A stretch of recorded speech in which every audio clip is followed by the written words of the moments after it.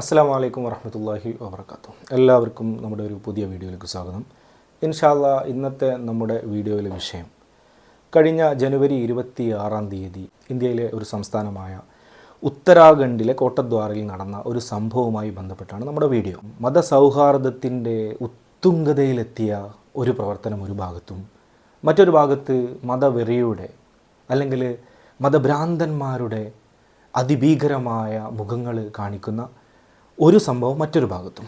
ഈ രണ്ട് സംഭവങ്ങളും രണ്ട് ഭാഗത്തായി നിൽക്കുന്ന സമയത്ത് ഒരു മാലാഖയെ പോലെ, ഒരു സൗഹാർദ്ദത്തിൻ്റെ വെള്ളരിപ്രാവിനെ പോലെ ദീപക് കുമാർ എന്ന ഒരു ഹിന്ദു യുവാവ് പ്രത്യക്ഷപ്പെടുകയാണ്. ഇദ്ദേഹമാണ് നമ്മുടെ ഇന്നത്തെ വീഡിയോയുടെ സ്റ്റാർ അഥവാ ഹീറോ. എന്താണ് ഈ ഒരു സംഭവവുമായി ബന്ധപ്പെട്ട്, അല്ലെങ്കിൽ ഈ സംഭവം ഇന്ത്യയിൽ ഇത്രയധികം ചർച്ച ചെയ്യപ്പെടാനുള്ള കാരണം എന്നൊക്കെ നമുക്ക് ഈ വീഡിയോയിൽ സംവദിക്കാം. എല്ലാവർക്കും നമ്മുടെ വീഡിയോയിലേക്ക് സ്വാഗതം. ये बाबा की दुकान है। अच्छा ताऊ जी, ये बाबा नाम हटाओ आप, या तो बाबा बन जाओ। ठीक है। हमारे सिद्ध बाबा है। ठीक है। ठीक है, समझ हमें गया। उससे मतलब नहीं है, आप उसे चेंज करवाइए बाबा शब्द को। यहाँ पे सिद्ध बली एक ही बाबा है, वो है सिद्ध बली बाबा। ये बाबा सुपर शिव वगैरह क्या है? वो सब हिंदू भगवान है। मुसलमान क्या हो गया? मुसलमान नहीं, ये बात सुनो। मेरा नाम मोहम्मद दीपक है भाई। मोहम्मद दीपक है आपका नाम। और बाकी आप मैं कोड लगा तो ये नाम से कहने लगे ना। किसी दुकान की वीडियो बना बदमाश तुम्हें बोलो कौन बोला यार, कौन बोला? हमने भी नहीं करी, हमने कहा नाम चेंज और जाओ यार। ठीक है, जाने के लिए यार धक्का मत मारो यार। देखो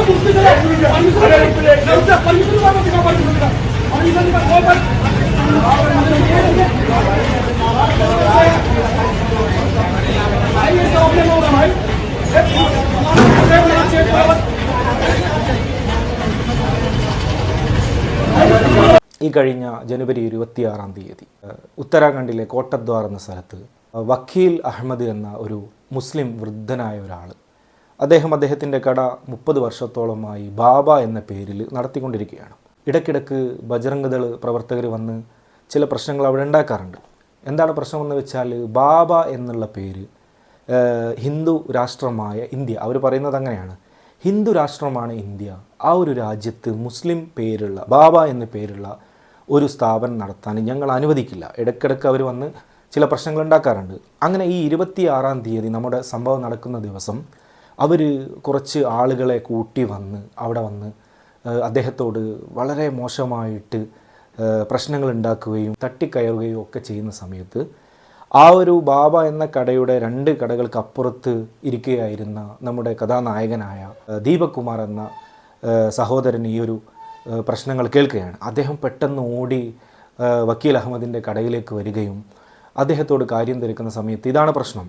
അവർ പറയുന്നത്, ബജറംഗ് പ്രവർത്തകർ വന്ന് പറയുകയാണ്, നിങ്ങളുടെ ഈ പേര് മാറ്റണം, ഈ പേരിൽ ഈ സ്ഥാപനം ഇവിടെ നടത്താൻ ഞങ്ങൾ അനുവദിക്കില്ല എന്ന് ശക്തമായ രീതിയിൽ, ഭയപ്പെടുത്തുന്ന രീതിയിൽ അവർ പറയുകയാണ്. ഈ സമയത്ത് ദീപക് കുമാർ ശക്തമായിട്ട് ആ ഒരു ബജറംഗ് ദൾ പ്രവർത്തകരോട് തട്ടിക്കയറുകയാണ്. നിങ്ങൾ ആരാണിത് ചോദിക്കാൻ? ഇന്ത്യയിൽ ഒരു നിയമവ്യവസ്ഥയുണ്ട്, ആ വ്യവസ്ഥക്കനുസരിച്ച് ആർക്കും പ്രവർത്തിക്കാനുള്ള അധികാരമുണ്ട്. അവിടെ ഹിന്ദുവെന്നോ മുസ്ലിമെന്നോ ക്രൈസ്തവനെന്നോ ഒരു തരം തിരിവും അവിടെ ഇല്ല എന്ന് പ്രഖ്യാപിച്ചുകൊണ്ട് അവർക്കെതിരെ ശക്തമായിട്ട് ഈ ഒരു മുസ്ലിം സഹോദരൻ്റെ കൂടെ നിന്നുകൊണ്ട് ഈ ഒരു ഹിന്ദു യുവാവ് ദീപക് കുമാർ എന്ന യുവാവ് ഈ ഒരു മുസ്ലിം സഹോദരന് കാവൽ നിൽക്കുകയാണ്. വളരെ മനോഹരമായൊരു കാഴ്ച. അങ്ങനെ ആ ഒരു സമയത്ത് ആ വന്ന പ്രശ്നങ്ങളുണ്ടാക്കുന്ന ബജറംഗ് ദൾ പ്രവർത്തകരിൽ ഒരാൾ ഇദ്ദേഹത്തോട് ചോദിക്കുകയാണ്, നിങ്ങളുടെ പേരെന്താണ്? അവർ കരുതി ഇത് വല്ല മുസ്ലിം സഹോദരനാകും, അല്ലെങ്കിൽ ഈ ഒരു വക്കീൽ അഹമ്മദിൻ്റെ കുടുംബമോ മക്കളോ ആരെങ്കിലും ആകും. കാരണം അദ്ദേഹത്തിന് കവചം നിൽക്കാൻ ഇദ്ദേഹം ആരാണെന്ന നിലക്ക് അവർ ചോദിക്കുകയാണ്, നിങ്ങളുടെ പേരെന്താണ്? ആ സമയത്ത് നമ്മുടെ കഥാനായകനായ ദീപക് കുമാർ പറയുകയാണ്, എൻ്റെ പേര് മേരാ നാം മുഹമ്മദ് ദീപക് ഹേ.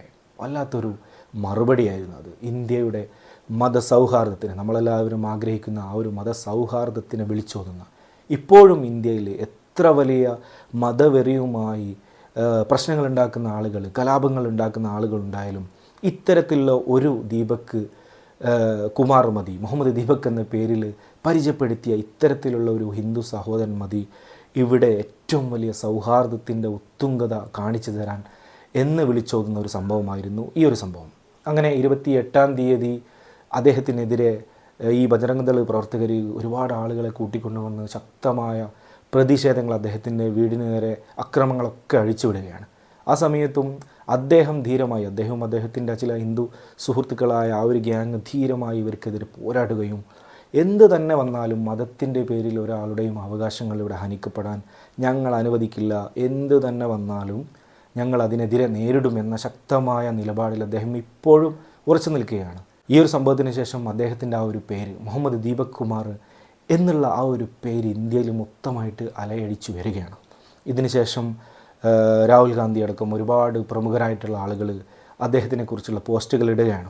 അദ്ദേഹം ചെയ്ത ആ ഒരു സൽപ്രവൃത്തിയുടെ ആ ഒരു വിഷയങ്ങളൊക്കെ സംസാരിച്ച് ഒരുപാട് വീഡിയോകളും കാര്യങ്ങളൊക്കെ ചെയ്ത് ഇപ്പോൾ സോഷ്യൽ മീഡിയയിലും വാർത്താ മാധ്യമങ്ങളിലൊക്കെ അദ്ദേഹത്തിൻ്റെ ആ ഒരു മുഖം ഇങ്ങനെ തെളിഞ്ഞു നിൽക്കുകയാണ്. ആ ഒരു യുവാവിനെ പോലുള്ള ആളുകളെയാണ് നമുക്കൊക്കെ ആവശ്യം. എന്തായാലും ഇന്ത്യയിൽ ഈ മതസൗഹാർദ്ദത്തിന് ഒരു കോട്ടവും സംഭവിച്ചിട്ടില്ല എന്ന് നമുക്കൊക്കെ വളരെയധികം പ്രതീക്ഷ നൽകുന്ന ഒരു സംഭവമായിരുന്നു ഈ ഒരു കോട്ടദ്വാറിൽ നടന്ന ഒരു സംഭവം. ഇത്തരത്തിലുള്ള ആളുകൾ ഇനിയും ഇവിടെ ഉയർന്നു വരണം.